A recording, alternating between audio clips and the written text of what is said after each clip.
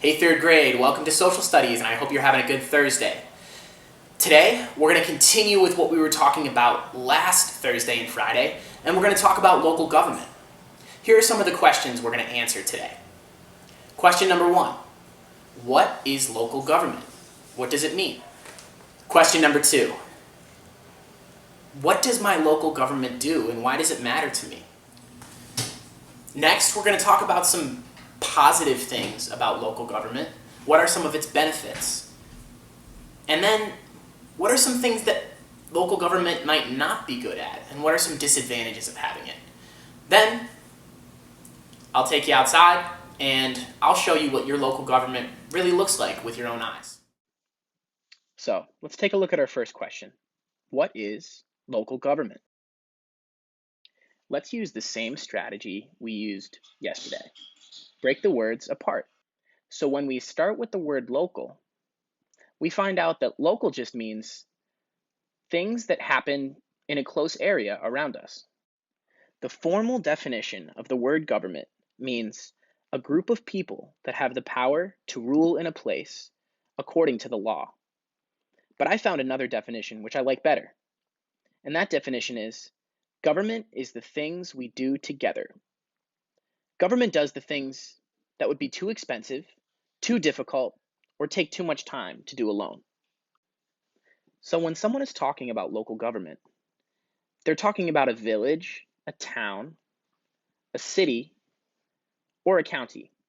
I'm going to focus on cities and counties today because most of us live in the city, and I know everyone lives in a county.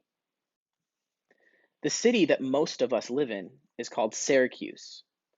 Here are some of the people that you'd find working in a city government. One of the most important people to know is the mayor. But in addition to the mayor, we also have a city council, and all of those positions are elected and work together to run the city government. There are many other positions in the city government, but those are two of the most important ones, so we'll stop there.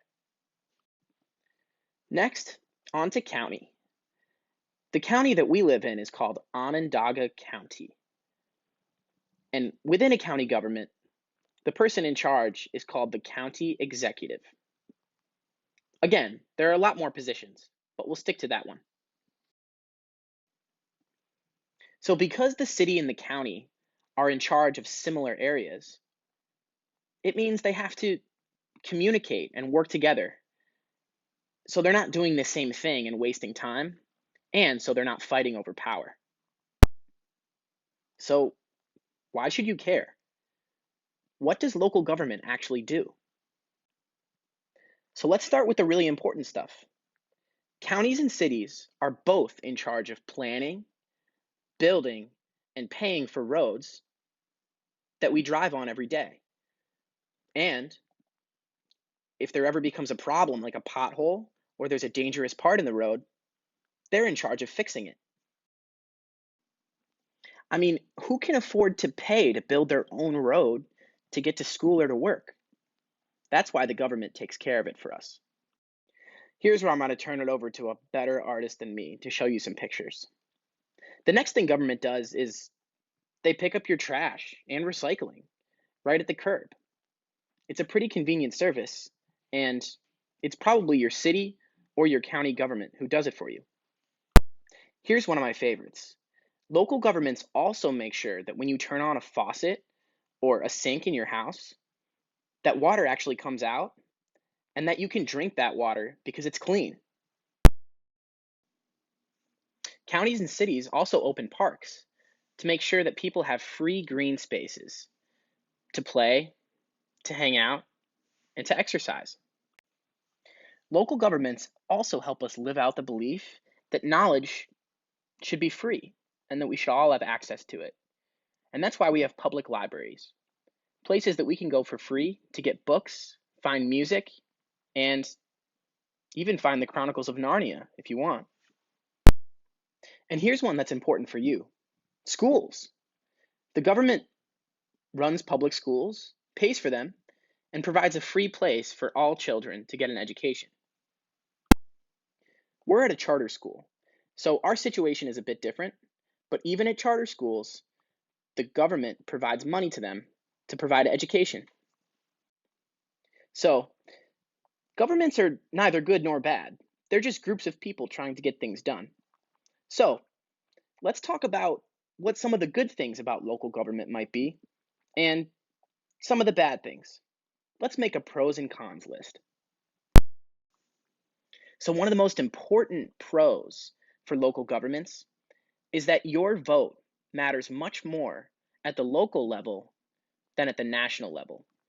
So, for example, if you go out and vote for mayor, or you vote for school president, or someone in the county, your vote is going to matter a lot more because there's just fewer people voting.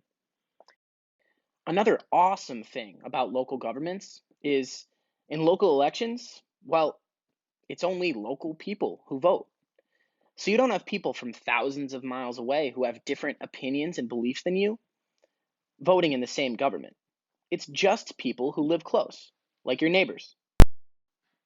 And finally, it's way easier to participate or get involved in your government. If you're worked up about something, or you just really want to get involved, and you want to do something about it, you'll have way better luck calling your city councilman or your mayor than you would your president or your congressman. Now for a few things that local government might not be so good at. And one of them is solving really big issues. By big issues, I mean issues that actually cover a large space, like pollution, for example. Even if our government in Syracuse, is really good at controlling air pollution, but say another city that's close by, like Rochester or Buffalo, is not good at controlling air pollution, their dirty air will still affect us here in Syracuse. Another thing that some people might not like about local governments is that it means our country is really different depending on where you go. If we have Chromebooks in our school, for example. Other schools might not. Also, we might learn different things at our school than other kids across the country. It might be easier if we all just learned the same thing. Another thing that some people may not like about local governments is they can take away some of your choices. So, let's say you really like parking on a certain side of the street, like I do. Well, my local government says I can't do that. I have to switch my car every single day from side to side, or else I'm going to get a ticket. That means I have to give up a little bit of my freedom to follow the rules. There are examples of local government pretty much everywhere you look, and you don't have to travel far. Right now I'm going to take a look around my house and in my neighborhood to see what examples of city and county government that I can find. Now you will see me in some spots outside, but I want you to know that I'm going to stay away from people while I'm out there, and that I'm following all my federal, state, and local government rules when I'm doing it. So here's an example of local government that you don't have to travel very far to see. When I get water from my faucet, I can be pretty sure, because of local government, that it'll always be there and that it's clean enough for me to drink. Because I'm trying to find examples of local government in my own neighborhood. This right here is a school. And schools are paid for by local governments. And most teachers at public schools are also government employees. So this is one of our county libraries, run by Onondaga County.